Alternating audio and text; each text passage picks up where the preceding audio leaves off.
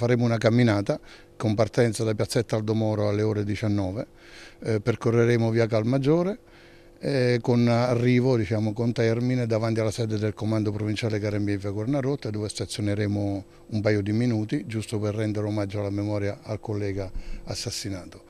Una camminata lungo il Calmaggiore per dimostrare il dolore dei carabinieri di Treviso per la morte violenta, assurda a Roma del vice brigadiere Mario Cerciello Rega. A promuoverla per lunedì è Pietro Lo Priore, fino a qualche mese fa comandante della stazione dell'Arma del capoluogo. Io sono un carabiniere in pensione da pochi mesi, 2 mesi e mezzo. Ne ho viste tanti in 40 anni circa di servizio. Si può morire. È brutto, ma si può morire perché il mestiere nostro, carabiniere, poliziotto, chi porta una divisa è questo. Però morire così, in una maniera alla bruto, sembra di essere ritornati alla vecchia Roma, con 11 coltellate, è una cosa spiacevole.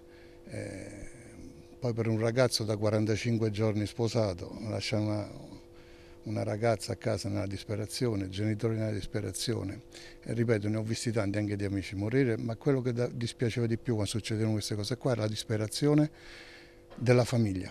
Chi vorrà partecipare alla breve camminata è atteso in piazza Aldomoro lunedì sera alle 19. Lo Priore ha voluto organizzarla a distanza di diversi giorni ormai dall'omicidio perché non cali l'attenzione sulla tragica fine di Cerciello Rega.